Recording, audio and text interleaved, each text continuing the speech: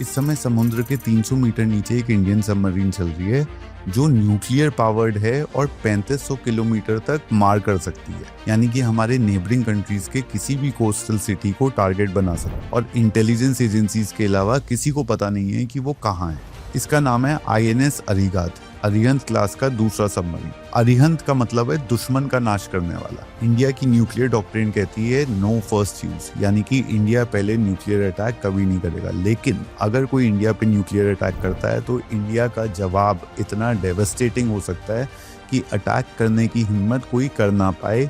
इसीलिए ये second strike capability रखती है। इसका लॉजिक अगर हम समझें तो लैंड बेस्ड मिसाइल्स का लोकेशन पता चल जाता है सैटेलाइट के थ्रू। फाइटर जेट्स भी रनवे पे होते हैं तो उनको डिस्ट्रॉय करा जा सकता है, लेकिन सबमरीन समुद्र में 50 दिन तक बिना सरफेस पे आए रह सकता है। 83 मेगावाट का न्यूक्लियर रिएक्टर है इसमें।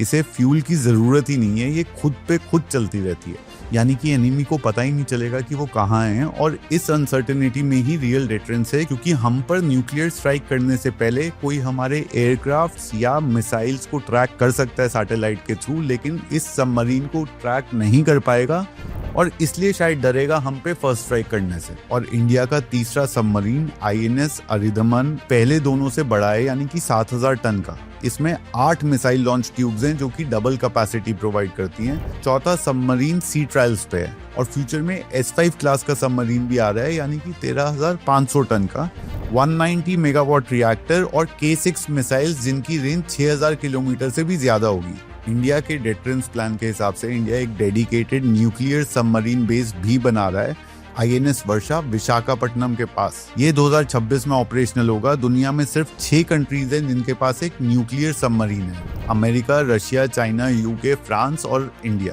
कहीं ना कहीं इंडिया स्टेल्थ के साथ वो कैपेबिलिटीज बिल्ड कर रहा है जो अभी तक दुनिया के सबसे पावरफुल नेशंस के पास थी सिर्फ।